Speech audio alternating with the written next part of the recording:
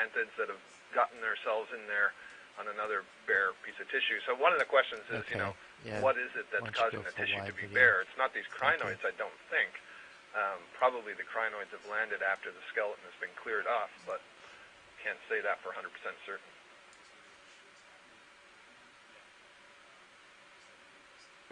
Okay, I'm going to have to push back up the slope. So we have approximately 20 minutes of bottle time left, so we're going to enjoy the last little bit of this spongy dive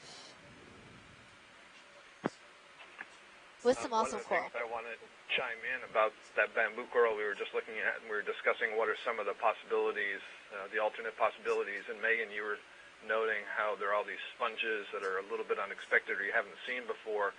And I think this kind of reinforces that we are still in the observational phase of deep sea biology, and we need more of these sorts of dives to be seeing these things and to learn, well, what's common and what's uncommon, what are some of the questions that we need to probe a little bit further, what samples do we need to take in the future, where do we need to go back and get more samples. So it's so fantastic that you guys were able to come back offshore and get a dive.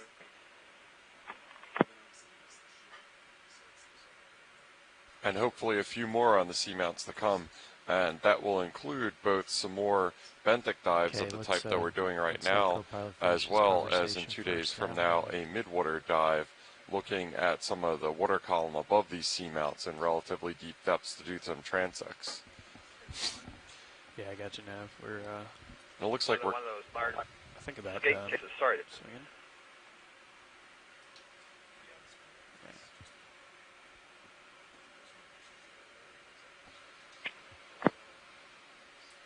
Yeah, that did look like another one of what you would call mermaid's purse, I believe, on shore, the common name for those. And I think it was before you got on the line, we saw a really large pile of those being encrusted with sponges and various other organisms on top of it. It was really just a very dense accumulation of them, the type I've never seen before. Going over one of those, I think, juvenile Metallogorgia on the lower left. It looks like it's brittle star is halfway down the colony. One of the ways we can tell that it's still a young one. In the adults, the brittle star would be all the way up at the top, and there would be no branches along the stalk.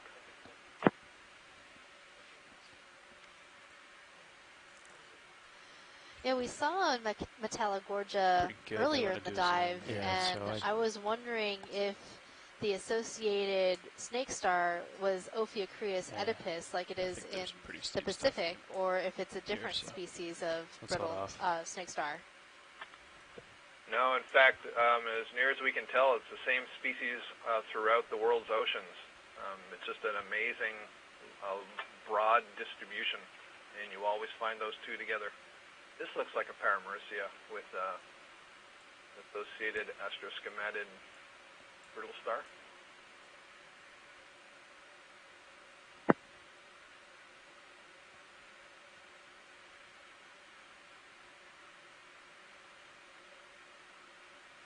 Okay, you can go in video.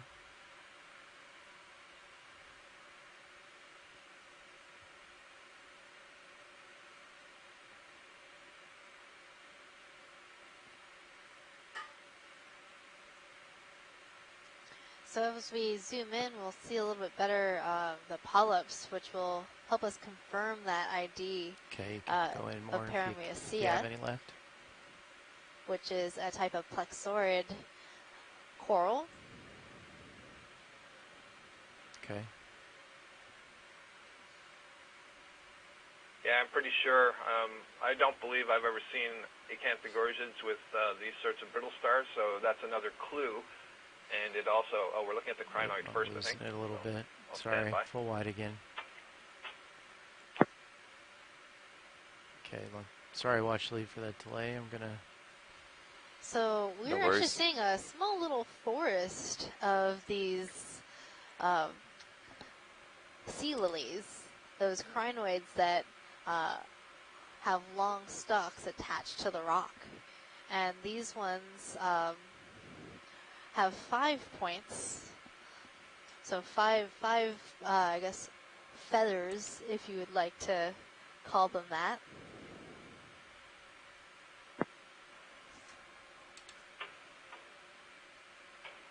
Yeah, and we're just resettling and settling down to grab a shot of this yellow coral with the sea star on it. Got it. Okay. Yeah, I would call them arms, just like video. the arms of the sea star, arms of those feather stars or the sea leaves since they're stalked. And what I was going to say about the Paramaricia, the yellow octocoral that we're zooming in on, that looks like a xenophyophore right there. Sorry, overshot. So this, what I was going to say is it's interesting that, nope. Crinoid, I'm going to wait. Yeah, so these crinoids are in the family Hyocrinidae. Okay, I'm going to get a little bit higher. And probably in the genus Hyocrinus. And what makes them pretty distinct is that yellow color and the 5 arms.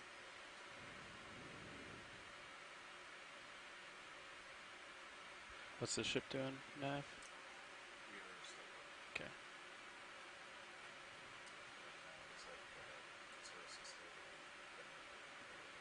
Yeah, I actually just swung a little bit more than... Okay, go in partial video.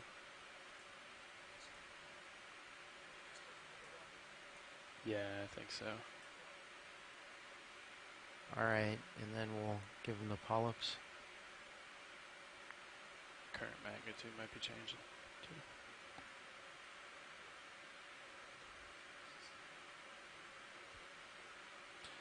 I mean, like, through the course of the cable.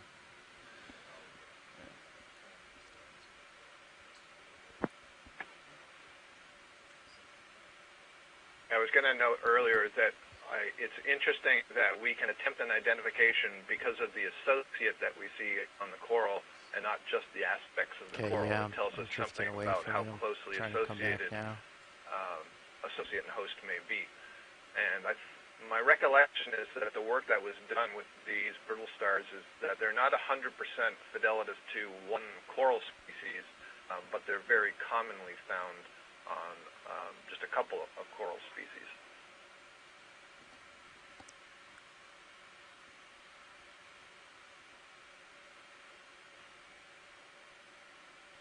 That's a good point. I've seen these types of snake stars on paragorgids most often, and then sometimes on corallids as well, and then also on plexaurid corals.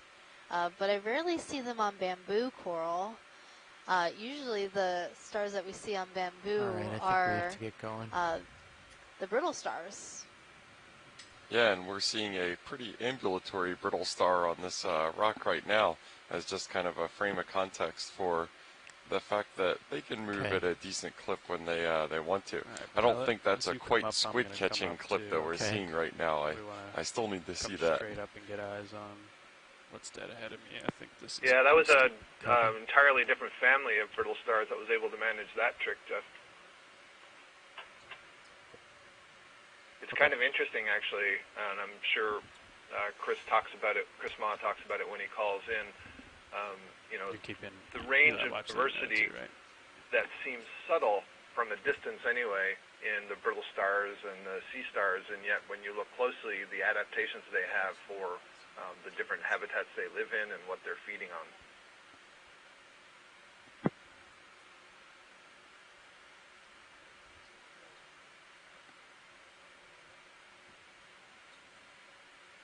Copy that.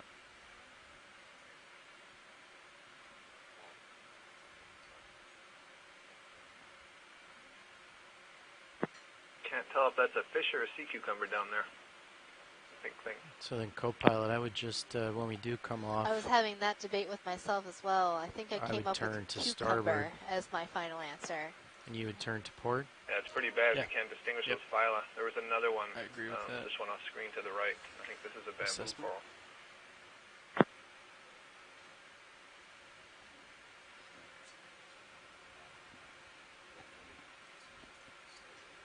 Yeah. We have been seeing quite a number of echinoderms today. All these brittle stars and sea lilies and feather stars all over the place, along with random urchins and a couple sea stars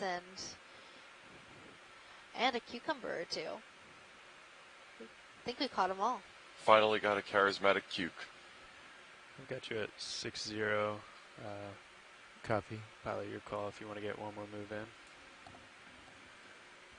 So then we would be, I think we have one more. Let's go. We'll do 20.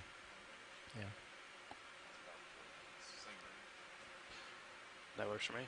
Yep. Okay, I think I'm seeing something pink come up on the ground. What is that? Center frame, watch lead. Part of my brain says it's a leaf. Pilot, can you snap zoom on that orange flat object right in center screen? Yep. You can go in video. Oh, it's not a leaf. Or maybe it is. Well, it's not alive. Yeah, it looks like rusted metal to me. Copy now, thanks. Okay, you can set the. You can go wide. Well, thank you, video. At least my curiosity has been assuaged. Definitely not a positive ID, though. Well, I'm only interested if it was alive. Or a rock. And it's neither.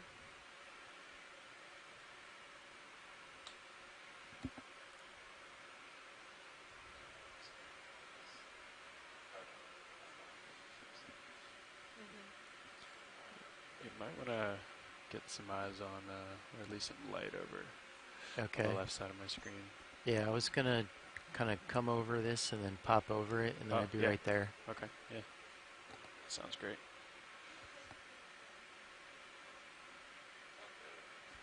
I'm going to keep my heading. Got you. 265. Yep.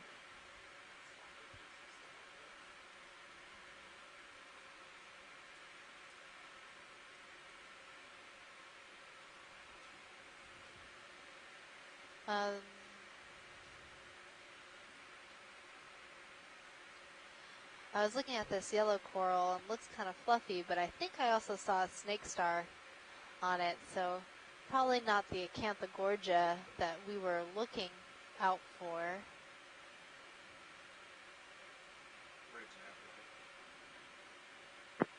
I expect that Acanthogorgia will be a little bit bushy. Yeah, usually they're really bushy looking.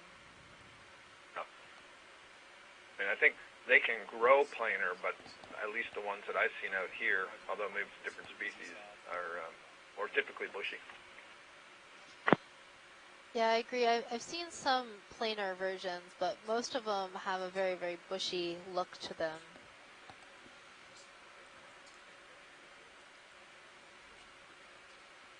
Copy. Copy. I do not know. I assume he is.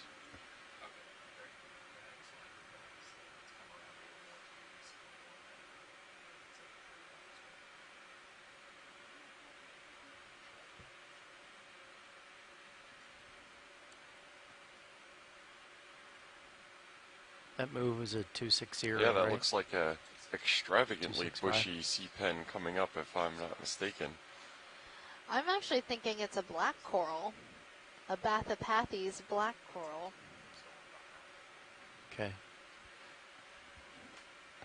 But it is a very bushy one indeed. And if we were to zoom in on this black coral, we might see an associate polykey, a polynoid, one of those scale worms, along the center axis of this coral. Try and sit down and get a view. If he's going to sit down, I don't think it's worth getting the rest of the move in, yeah. This would be a good shot anyway, since we got time. Go ahead, Neb. 5 minutes. Confirm. Thanks. Okay, when you're ready, video. Oh, standby video, sorry. Okay. Yeah, so now we're zooming in on this black coral. And Looks like there's a little snaggle towards the top of it. I don't know what that is. I think it might be a brittle star. So remember how we were saying that we normally don't see brittle stars on black corals? Here we go, are with an example that's breaking our mold. Or maybe it's a snake star, I can't tell. So we're looking at to see if the arms are very smooth, or if they have spines along them.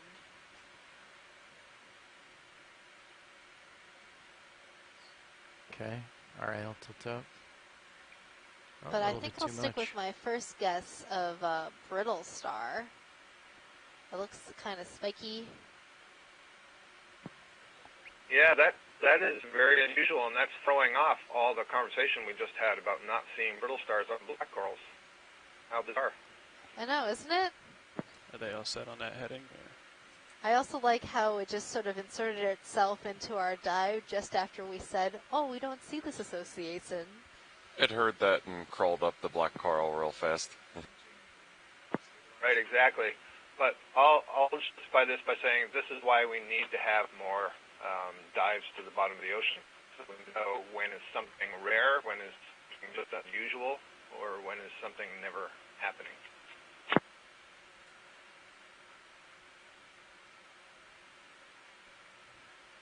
That's a really good point.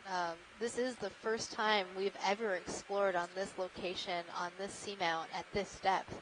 And, you know, it's probably the first dive this deep on the seamounts within the monument as well. So, you know, we're getting a first look at this part of this Marine National Monument, and you're getting to discover it with us, which is a really exciting time. Nice. Absolutely, and unfortunately we are taking some of our last looks at this site right now.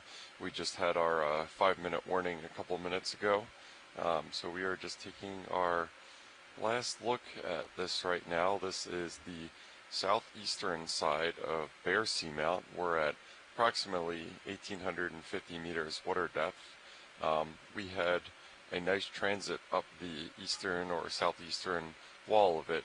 Unfortunately, we weren't able to collect any physical samples today, but we got some really nice video transects of the characteristic geology and ecology of this region. And the dive today was dominated by a number of different kinds of sponges that I have never seen before and really got me excited about sponges. We also saw a number of very large bamboo corals, whip-like bamboo corals, and also branching colonies. Well, it seems we like saw we're just about some done, Coxsaurid corals. Yeah. We saw a number of associated animals like brittle stars and snake stars. Which is always a great thing to see. And our last observation of a black coral broke all of our molds of what we thought we would see on a black coral, saying, hey, we don't usually see this association. And then our black coral friend was like, hey, look at this. Here's a brittle star in the branches of a black coral. So we're always learning something new every time we dive, and we're really excited to have had the opportunity to dive on Bear Seamount today. No, you're not gonna. Absolutely. So I hope you will be able to join us tomorrow for our next dive, which is going to be at Retriever Seamount. Okay, I'm coming up. So Retriever Seamount is also located in the Northeast Canyons and Seamounts Marine National Monument. It's the adjacent seamount to Bear Seamount. And this dive will explore depth ranges between... all right, confirmed. Thank you. So this dive tomorrow will explore depth range shallower than today's dive. So we'll probably see a different type of community in tomorrow's dive. Yeah, and if you're at all interested in that dive in terms of planning or having input in our dive priorities, please stay on the line. We are coming off bottom right now, but we'll be having our dive planning meeting for tomorrow in about 10 minutes. So with that, as we take our last longing look at the southeast arm of Bear Seamount, this is Jeff Obeltu, Geology Lead on the expedition, signing off.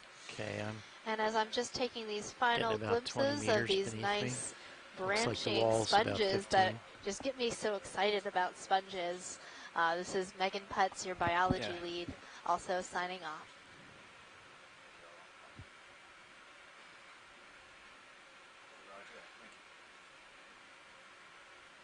All right, pilot.